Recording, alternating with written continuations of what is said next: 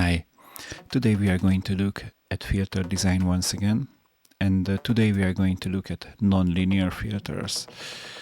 The filters we built until now are all linear because they did not have any non-linear function.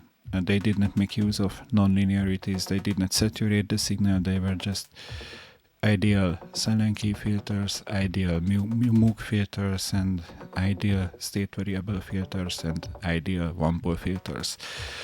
These videos you can find, they were posted about 1 year before this video, but you can find it on my channel. You can find them on my channel, and I suggest to view them because of that you will understand what we do now. And non-linearities are pretty important if you want to grab the analog feel, if you want to grab some saturation into the filter, if you want to get a bit more characteristic sound. And they are good because of they give character. I don't like them because of they put the whole filter design into a subjective domain. Because of you either compare the filter to an existing analog model, and then you can call it a good filter if it's matching the analog model, or you just decide that a configuration sounds good, and then you use it because of it sounds good to you, but it's subjective, and it becomes kind of an art form from here, but not because of it's too hard to do. It's not trivial, but it's doable. But it's based on a series of decisions that you make, that the designer makes, and it's hard to evaluate on what is really good. But we will take a look at this now. So first things first, this is the same two-pole silent key filter we did about 1 year ago. This is the completely linear version, and what we are going to change is that we are going to put this part into an H function, and we will do more than this. People would call this already a non-linear filter, but we are also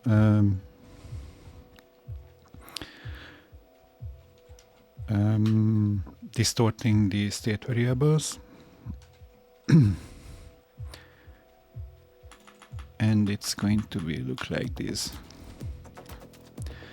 And yeah, the feedback is going to be P1 minus P2 times K, and we don't need this complex form, and we don't need the solution because of we can't get this Y. We can't arrange this system of equations so that we move Y to the left side and everything else to the right side, because if you can't get it out of the hyperbolic tangent function because of its non-linear.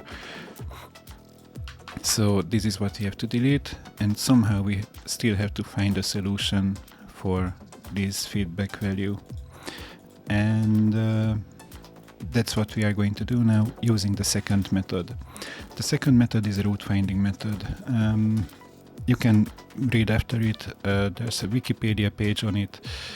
There's many root finding methods like the fixed point method or the Newton-Raphson method. I prefer the secant method because of it's fine for these kind of tasks, and it's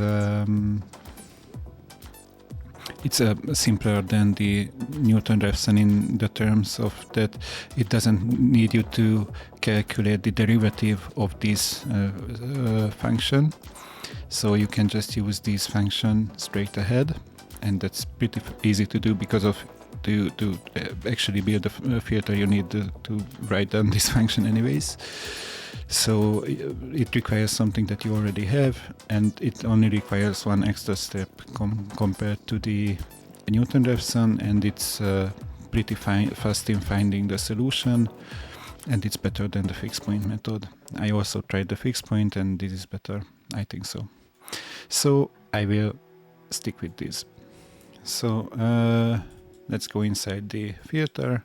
We can delete the numerator, denominator, and solve nodes that we created last year. I keep the involve and the low pass output. I also delete the band pass high pass outputs because I don't care about them now. And also delete this hypers from here, because that's also something that we don't need. And yeah, this is our basic filter, and this setting we are setting with these things we only need to calculate the variables and the output for the low pass filter, which is going to be the Y of this second pole. And yeah, let's create a solver. Not solver, like this. And it will require not the soft clip node, but an input of X. We will need the cutoff, like G. We will need the first state variable, we will need the second state variable, and we will need the resonance. Fine. And let's create an equation node, which will need at least these values, and it will need a Y. And the Y here is a Y input, so it will be something that we plug in. And I need the equation, like this. And let's build this. So we have to add Y to X. And take the hyperbolic tangent and multiply this by G. And add the hyperbolic tangent of S to it. But this I won't do here, but rather inside the integrators, like here.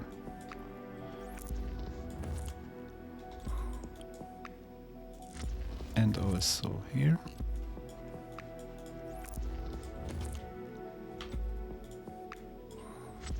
And so that our calculations are matching, we need to insert a hyperbolic tangent also here to the input, so that the variables are using the same input value as the solver, where we also add to the X. Yeah. Then we need to add this S here, and this is actually P1. And then we need to multiply P1 by G, like this, and add the hyperbolic tangent of Q, which we already calculated, and subtract, so this is P2, and subtract P2 from P1, because we need a high pass filter feedback, and then we can multiply the result by the resonance. This is fine. And now we can create the outputs. So we need to create output for each input, except the Y, because of this is going to be the Y. But no, let's also create an output for the Y, because why not? So yeah, underline X, underline G, underline S, underline Q, underline K, and underline Y. These things with the Y is a bit confusing, but anyways, this is going to be underline F. So this is one equation. I cut this, create a designer, and call it stage 1 to be exact, and create all the inputs for X, G, S, Q, key, and create another equation. Let's call this equation 2 and this equation 1, and just plug in all the values. And for Y1 we are going to add -1 as the input, and for Y2 we are call this Y0 and this Y1. So this gets -1, this gets 1, and we are going to calculate the delta of this. So we are going to subtract y0 from y1 like this, and we are also going to subtract f0 from f1 like this, and then we can divide these two. And this is going to be the y1 of the next filter, of the next equation, but we also have to create the outputs first. So let's create underline x, underline g, underline s, underline q, underline key, like this. And then let's create a y0, which is going to be the y0 of the next filter is going to be the y1 of this filter. So it's going to get the same value. Sorry, so this is going to be underline y0. This division is going to be underline y1. And this output, the second f output, is going to be underline f0.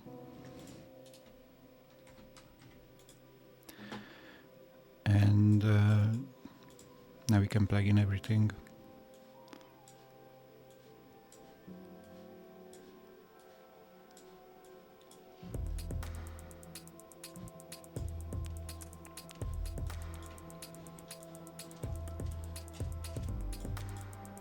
And create a second stage.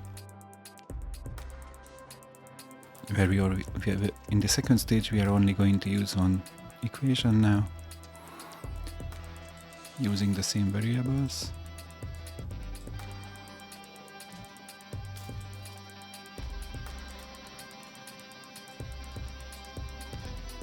Like this. And we have no y0 here, so we have to create an input for y0.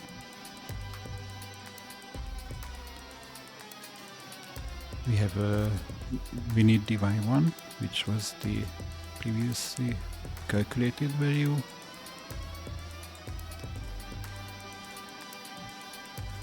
And this became empty, so we need f0 here. And this way we are ready. So this is our second stage. We just have to plug in everything. And since everything is in order, this was planned like this works. And we can create as many stages as we want. I create 4 now, or even 5, so I can demonstrate how this works.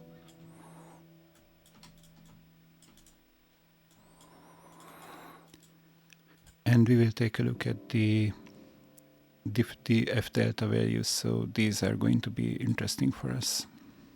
But here the last f0 is going to be the feedback value. We just plug this in, like this, and this comes back there, and we put this into the involve, so the delay gets to the right place, and basically this should work now. Let's take a look at this. It's fine. We can crank now the resonance higher, it will be still stable, and we have nice non-linearities there.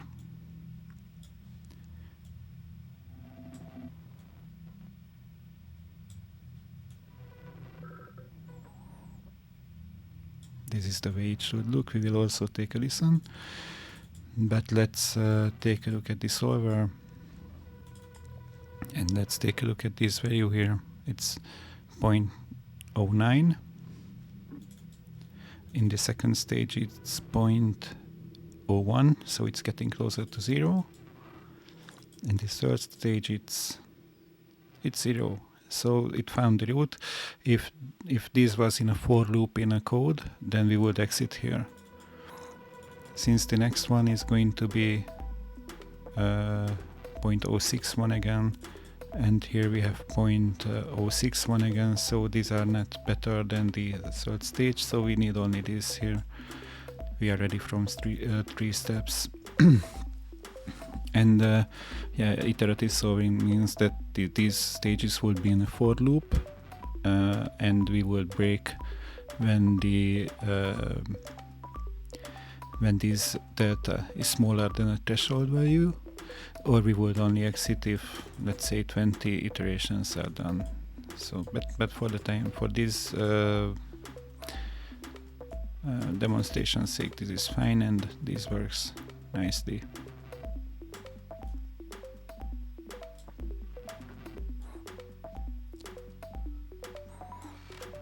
All right, and let's take also a listen. So I copy this, create an oscillator, plug it in, create a MIDI node, create a knob for the volume of the oscillator. This matters because of this filter is not linear, so the input values matter a lot.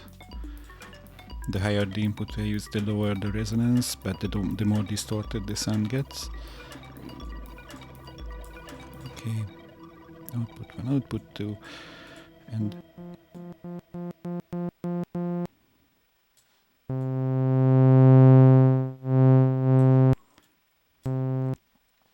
let's give it some resonance.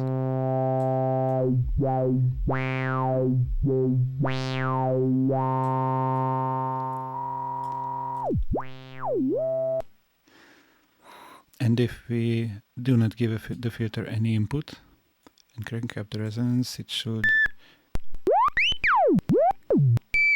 also make a sound.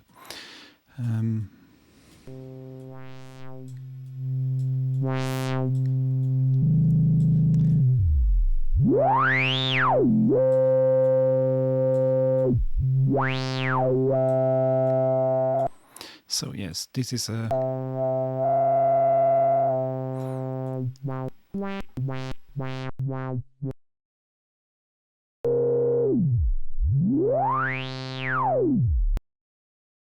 nice sounding two-pole Secant filter, and of course you can extend it, so you don't have to use a simple hyperbolic tangent function. You can add the drive function to it, so you can multiply the signal by a value and divide after it. You can use Arcus tangent function, or you can use different functions. As far as I know, the Secant-method doesn't like hard clipping, because of that's just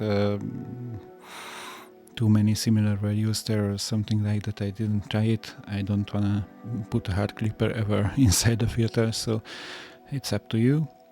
But then you can try other methods. So this is just one solver that works for me, and I like it. And yeah, you can put any other wave shaper inside your filter, but feel free to experiment with it and have fun if you are interested in this. I hope this helped, and I hope that this was interesting. I'm gonna share this patch on our Discord, and yeah, see you again soon.